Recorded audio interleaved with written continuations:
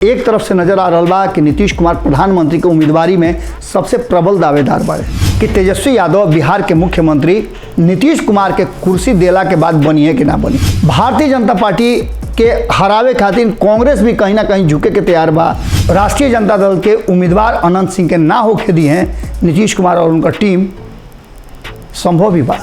बिहार के जनता के बात के भरोसा दिलवावत रहन कि देश बदल जाई।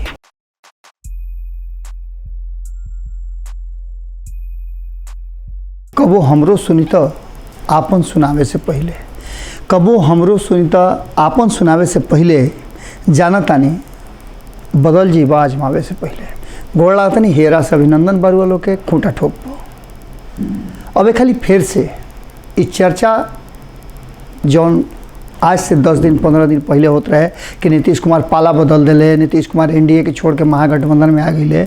आखिर ऐसा का भइल? एकरा पहले 2017 में गई रहन, फिर कहीं ऐसा तना कि 2 साल के बाद फिर पलट जी हैं। ये सब पर अब विराम लग गई बा। अब सीधे चर्चा हो रहा बा कि के पीएम बनी के सीएम बनी। यानी बिहार से अब की हाली प्रधानमंत्री के उम्मीदवारी और दावेदारी के लेकर के नीतीश कुमार के नाम लगातार चर्चा में आ रहा बा और एकरा लेके रणनीति भी बड़ी ज़बरदस्त ढंग से बन रहा बा। लेकिन ये बीच में ललन सिंह के बयान कहीं ना कहीं अधूरा लगा दिले बा। ललन सिंह के बयान से ऐसा अधूरा लगल बा कि लालू प्रसाद के सब कैल धैल पर बुझाता पानी फिर जाई। लालू प्रसाद रुआ जानता नहीं कि दिल्ली से आकर के पटना में डेरा डलने बाड़े और वो इस बात के इंतजार में बाड़े कि कहिया तेजस्वी यादव प्रधानमंत्री मुख्यमंत्री के कुर्सी पर बैठते कि उनका देखे के मौका मिल जाए और उनका सपना पूरा हो जाए। लेकिन बुझाता कि दिल्ली अभी दूर बा नीतीश कुमार खाती, तो निश्चित रूप से जो सीएम के कुर्सी बा वो तेजस्वी यादव से दूर हो जाए। हालांकि एक पीछे बहुत सारा कारण बतावल जा रहा बा और बहुत तरह से ये भी योजना बतावल जा रहा बा कि नीतीश कुमार के कुर्सी से हटा करके तेजस्वी यादव जल्दी कुर्सी पर बैठ जाए।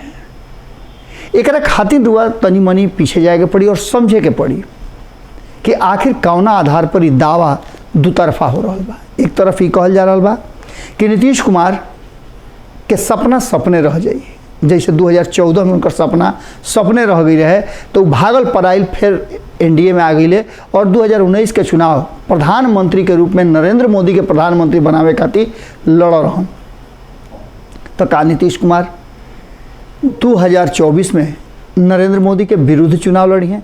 राजनीति में ये सब होत रहेला कि दुश्मन के दोस्त कब बन जाई ये कहल बड़ा मुश्किल होला।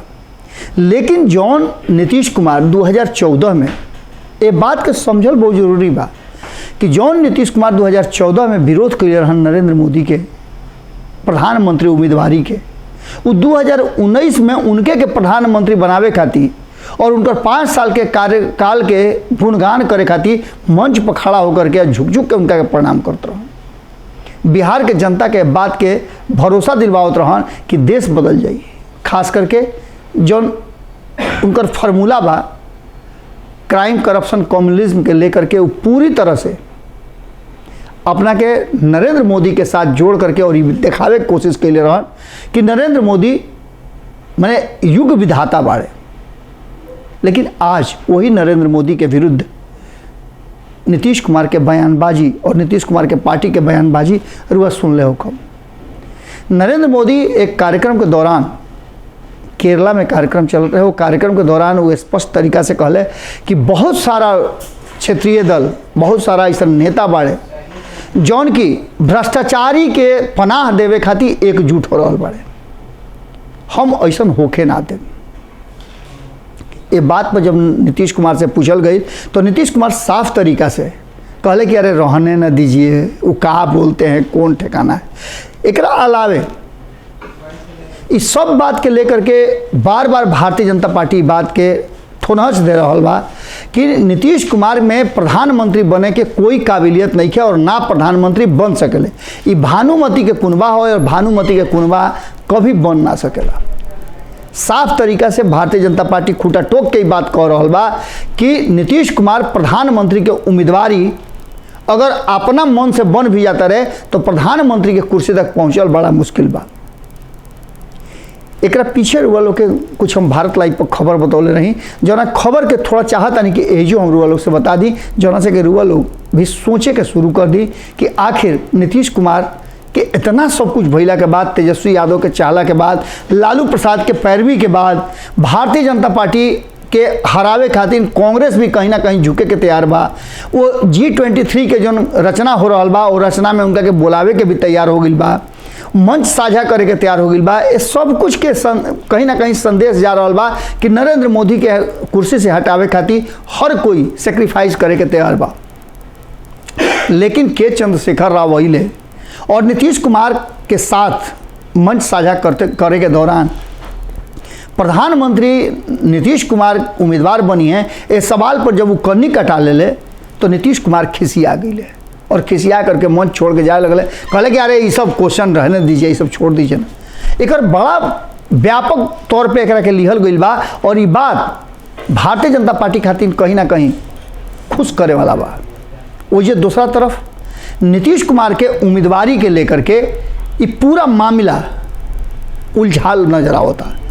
ये बात से निश्चित रूप से लालू प्रसाद और तेजस्वी यादव के साथ साथ राष्ट्रीय जनता दल के भी चिंता हो जरूर भइल बा कि जब तक ले नीतीश कुमार सीएम कुर्सी खाली ना करी हैं तब तक ले तेजस्वी यादव कैसे बैठी हैं। हालांकि कहल ही जा रहा बा कि तेजस्वी यादव में वो सारा क्षमता बढ़ुए और सारा आंकड़ा उनका भी पहुंच रहा बा, जौन की उनका के नीतीश कुमार के कुर्सी पर से हटा के भी अपने कुर्सी पर बैठे के जुगाड़ हो रहा बा।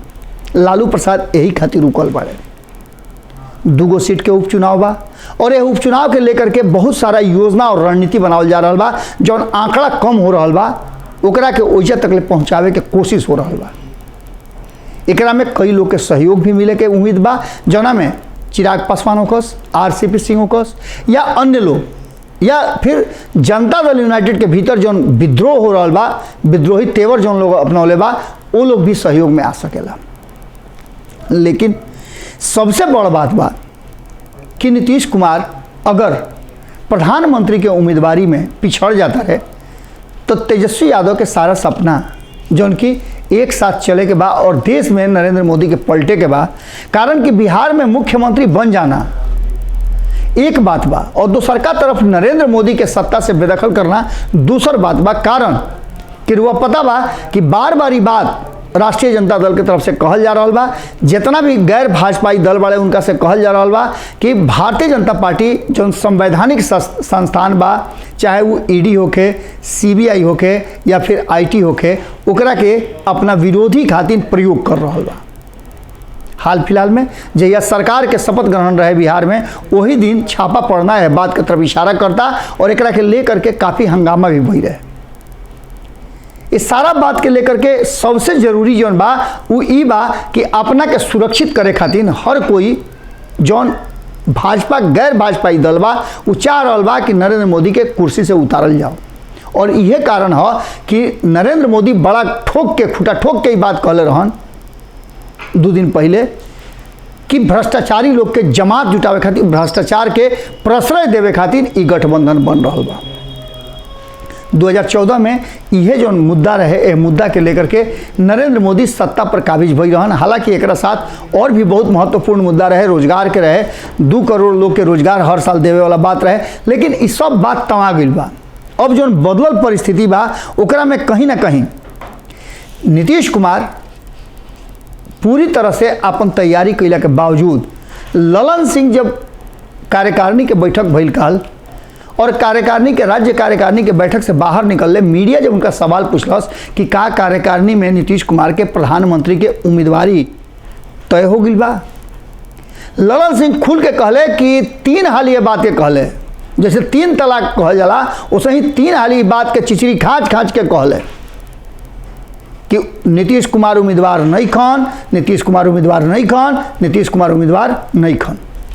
लेकिन उनका कहते दूसरका तरफ उमेश कुशवाहा जो उनकी प्रदेश से अध्यक्ष बड़े, वो साफ तरीका से खुल के बात कहले और कई हाल ये बात के रिपीट कैले कि नीतीश कुमार देश के प्रतिनिधित्व करी हैं और आवे वाला 15 अगस्त के लाल किला पर झंडा फहराई हैं। एकरा के लेकर के लगातार उपेंद्र कुशवाहा भी हालांकि अभी कम बोलतारन, लेकिन तैयारी उनको ज़बरदस्त बा। वो भी जानतारन कि नीतीश कुमार अगर बिहार से के सीएम कुर्सी ना छोड़ी हैं तो उनको हाथ में बिहार में कुछ लागे वाला नहीं खे। ए चलते वो भी चाहता रहन कि नीतीश कुमार जितना जल्दी हो सके प्रधानमंत्री के उम्मीदवारी खातिर नामित हो जास और वो काम में लग जास। चर्चा इहो रहे कि नीतीश कुमार जब राज्य कार्यकारिणी और राष्ट्रीय कार्यकारिणी के बैठक हो जाई, राष्ट्रीय परिषद में जो फैसला हो जाई, ओकरा बाद ये देश भर में जनमत जुटावे के और सबके एकजुट करे खातिर आगे निकली हैं। लेकिन ये सब बात से बड़ बात बा कि भारतीय जनता पार्टी जो पिछला 8 साल से सत्ता पर काबिज बा, वो हर कमी बेसी बुझ गई बा। देश के नस नब्ज सब पकड़ ले बा, एक एक चीज़ के आइडिया हो गई बा और खुद अपना हाथ से अपना देख रेख में अमित शाह सब चीज़ के कर रहा बा, जौन कि यही महीना में बिहार दौरा पर 2 दिन खातिर आ रहा बा।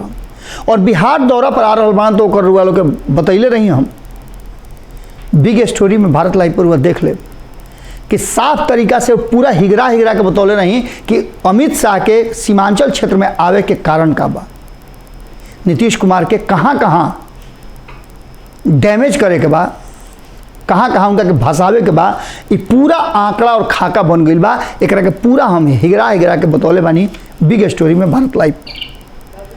वो बिग स्टोरी में साफ तरीका से हमें स्पष्ट करके वालों से बता दे रही कि सीमांचल क्षेत्र नीतीश कुमार के प्रधानमंत्री उम्मीदवारी कहीं ना कहीं बिहार के इर्द गिर्द वाला राज्य के भी बहुत प्रभावित करी, जौन में पश्चिम बंगाल सबसे ज़्यादा प्रभावित हुई। और केंद्र जौन बा रणनीति बना रहा बा बिहार और पश्चिम बंगाल से कुछ लोकसभा सीट के काट करके एक अलग राज्य के स्थापना करना।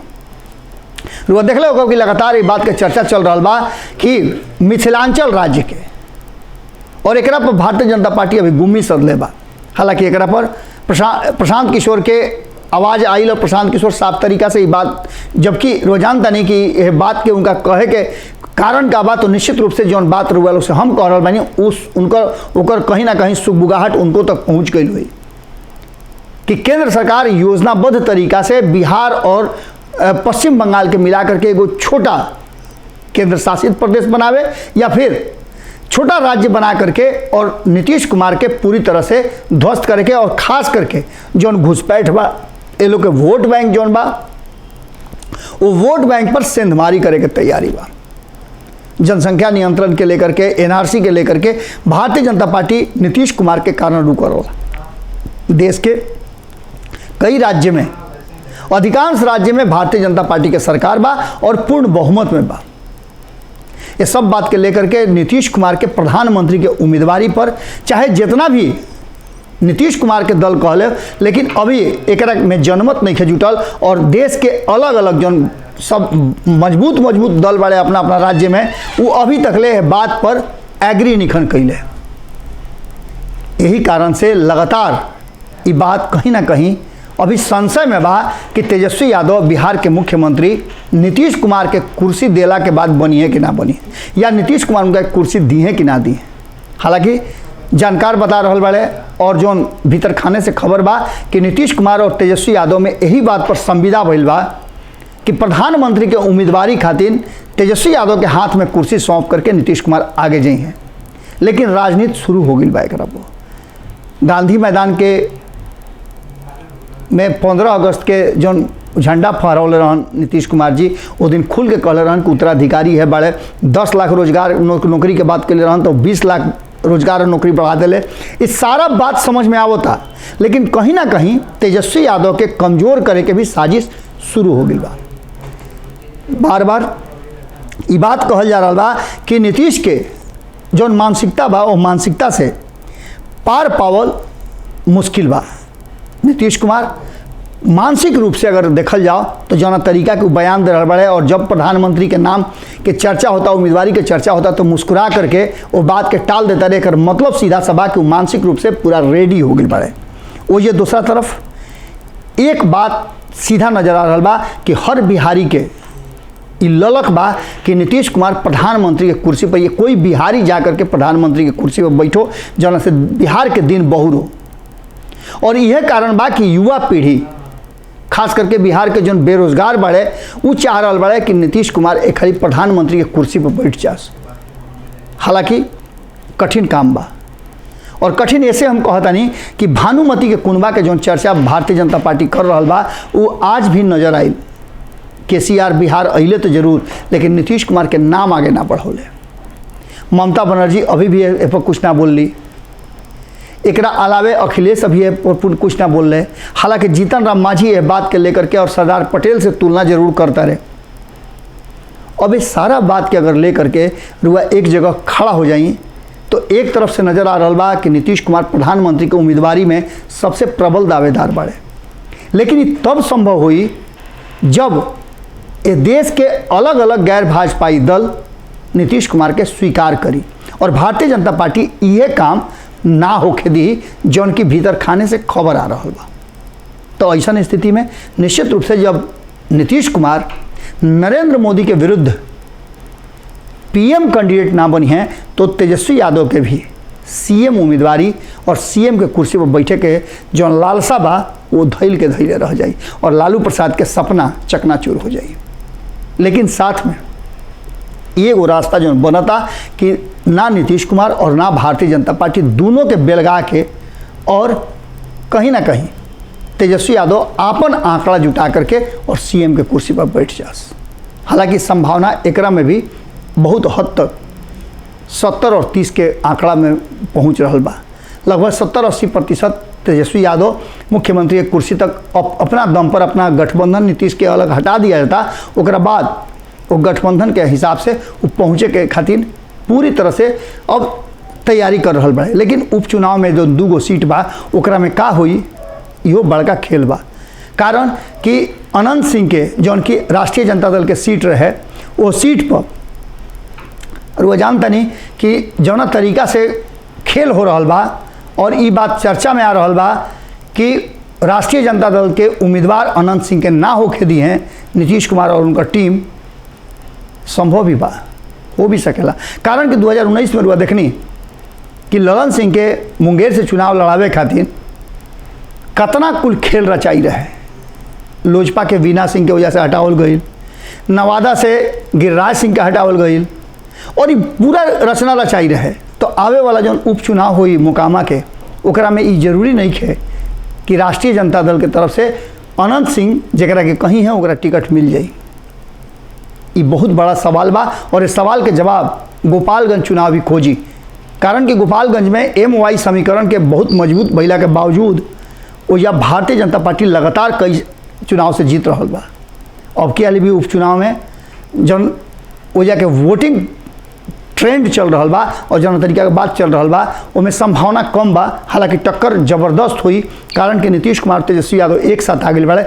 लेकिन जैसे वह देखने की एक पहले बोचहा में भइल कि नीतीश कुमार चुनाव प्रचार में गईले तो जरूर, लेकिन भारतीय जनता पार्टी हारल। वैसे ही अगर नीतीश कुमार आधा मन से तेजस्वी यादव के उम्मीदवारी पर जई हैं तो निश्चित रूप से वह जीतल थोड़ा मुश्किल जरूर हुई। ये सारा चीज़ के लेकर के एक बात के चर्चा ये रुआ लोग से रोकता नहीं और ये आशा के साथ कि रुआ लोग पूरा विश्लेषण के सुनला के बाद ये जरूर बताई सब है कि का नीतीश कुमार के PM उम्मीदवारी भारतीय जनता पार्टी होके दी सफल। अगर होके दी तो का विपक्ष उनका साथे खड़ा हुई और अगर ऐसा होता तबे तेजस्वी यादव के कुर्सी मिली या तेजस्वी यादव के नीतीश कुमार से अलग होकर के CM कुर्सी खातिर अपन दावेदारी पेश करे के चाहिए। जुड़ल रही सब है, लगातार रुआ से हम बातचीत करिए रहल बानी। जौन रुआ के सवाल होके या सुझाव होके ओकरा के जरूर देव सब है। फिर काल भेंट हुई, गोड़ लागत।